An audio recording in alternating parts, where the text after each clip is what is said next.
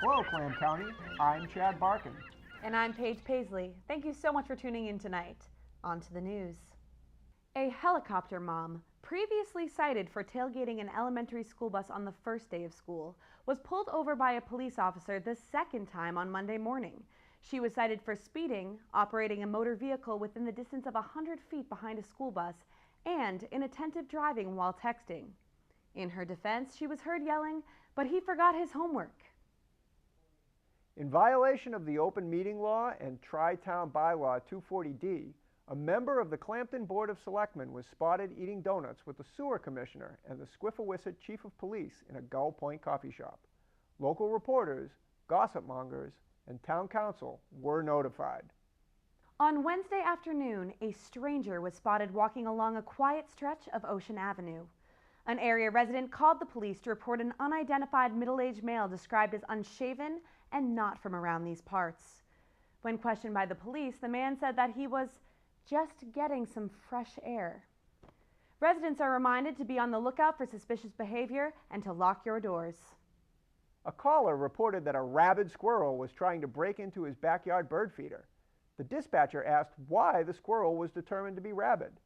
The caller said the squirrel was shifty looking and was deliberately trying to antagonize him. The caller was advised to stay indoors and stay off caffeine. Early Sunday morning, a man was apprehended for shoplifting at Best Sports on Route 3B. He was described as athletic-looking and well-dressed, wearing two-tone Pearl Izumi bike shorts. Surveillance video showed him stuffing neoprene booties and Triflex tights into his pocket. The man confessed to having dipped into his son's college fund to purchase a Carbon Pro Platinum racing bike and now couldn't afford the training gear for next month's triathlon. Police released him to his wife and recommended counseling. An elderly woman called the police to complain about loud teenagers, scams on the internet, illegal immigrants on the Texas border, and the price of her water bill. The dispatcher advised the woman to blame Obama. A 3-year-old boy who wandered from his gym dandy class at the Clamton Community Center was lost for nearly 1 hour on Tuesday and could not find his mother. A village shopkeeper called Clamton police and described the mother as blonde, thin, and usually wearing aviator sunglasses and black yoga pants, possibly Lily Lime. Police officers combed the village and interviewed 23 women meeting the description, including myself, before finding his mother at the Rejuva Juice Bar. Get out your calendars and get ready for some hot fun in the sun for a good cause. There'll be no shortage of events in Clam County this month. That's right, Chad. We'll be kicking it off this Saturday with the Hot Yoga Pants 7K. Whoop whoop! Road closures are planned for Main Street, Plain Street, High Street, Elm Ave, and Route 3B. Registration and sponsorship forms may be picked up at the Ginghamton Town Hall or Rejuva Juice Bar. Proceeds benefit the Women's Self-Esteem Foundation of Clam County. Now, Chad, did I mention I actually won the Yoga Hot Pants 7K last year? Did you? Yes, I did. I ran track in high school and really called on those skills. I'll be watching that for sure. I bet you will be. Excellent. 2 weeks from Sunday, we'll have the 5K Sippewisset Packy Run. You can walk, hobble, limp, or run past the finish line, but all participants must finish before 5 p.m. in order to purchase beer or liquor. The Packy Run is sponsored by the Squiffy Package Store, the Shamrock Bar and Grill, and your local Chamber of Commerce. Oh, the Shamrock Bar and Grill. Good so times. good. Have you ever had their burger? I have. It's delicious. That's good to know. I've never had one. Now let's see what's up in the wild world of weather with our own Doc Rockbottom.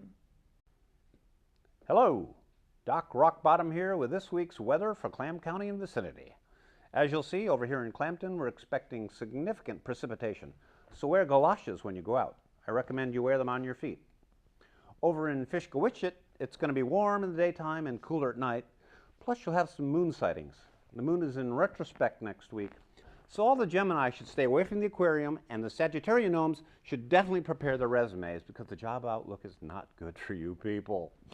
Also at work, we advise you not to spend too much time in the restroom. People are talking. And remember, it's best to call your boss sir or ma'am at all times. Over in Ginghamton here, we're looking at more of whatever's going on outside right now, which I guess is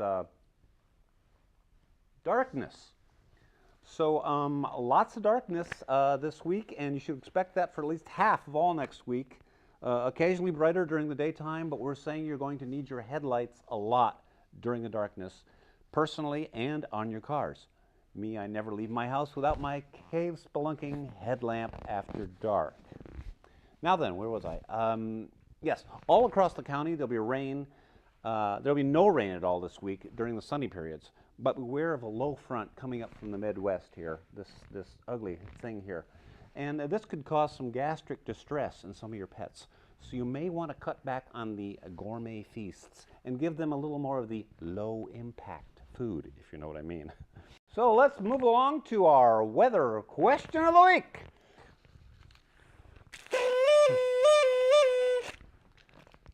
We've got a note here from viewer Allison Reinbeck of Chisholm Stops, who asks, is fog real?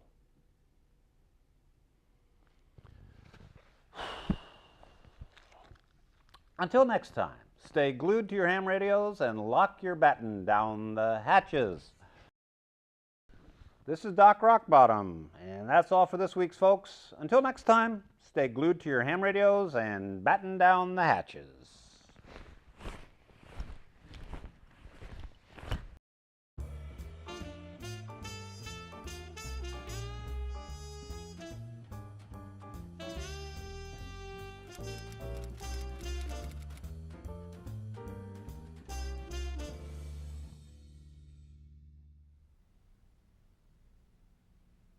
Hello, I'm C. Clark Clarkson, and welcome to today's episode of Chat and Chowder.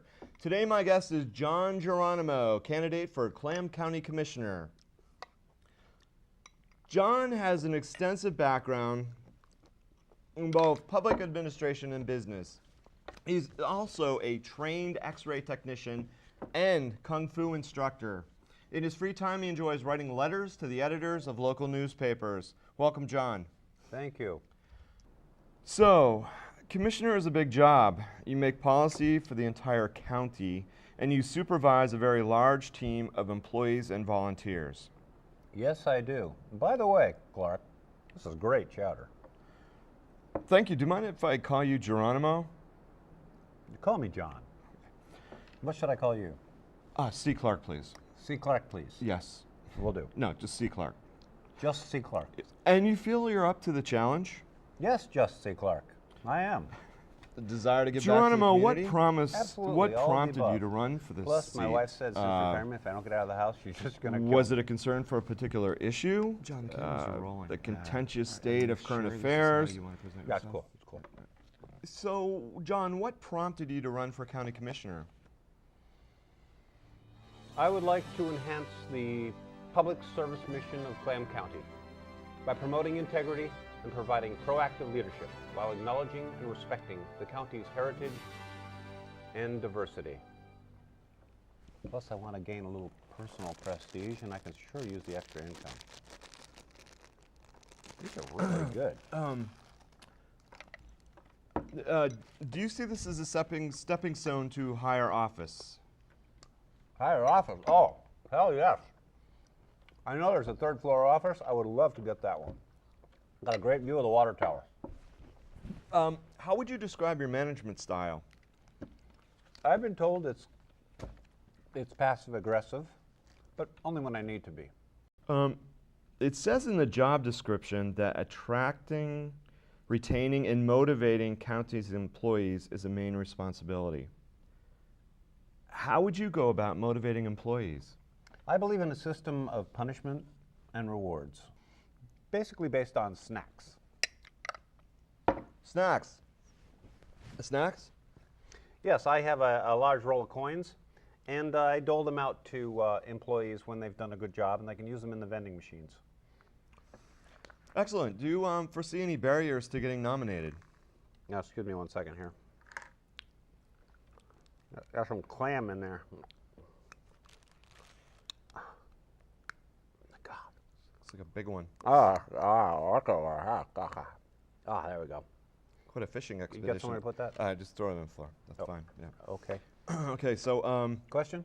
do you foresee any barriers to getting nominated? Well, the background check seems to be taking longer than expected, but I'm told that anything before 1979 is basically expunged.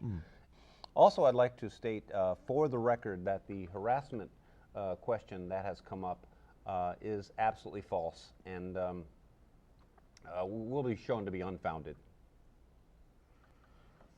Yes, well, moving along, how would you deal with competing interests among public and county staff?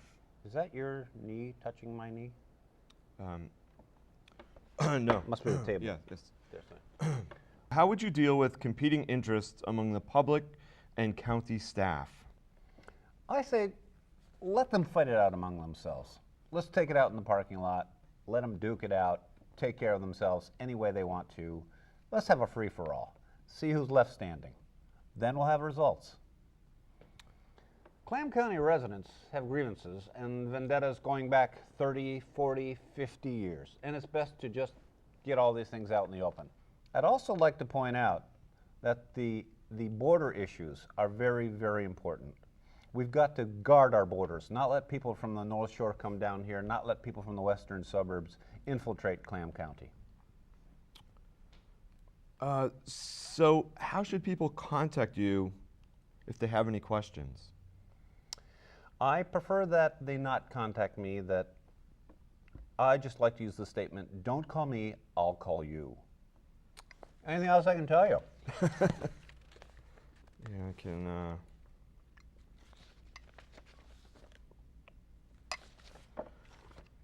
So this is a wrap up? Oh, yes. Oh. Excellent. Okay, well, thanks for joining me on Thank you. Chat and Chowder today. Awesome, Chowder. Thank you.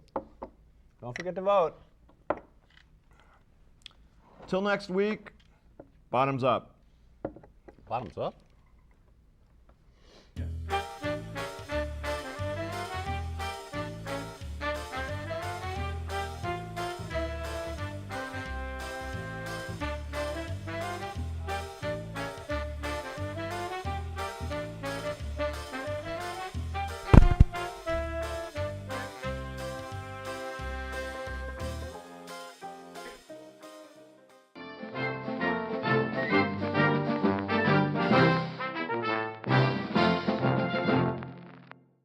Bye.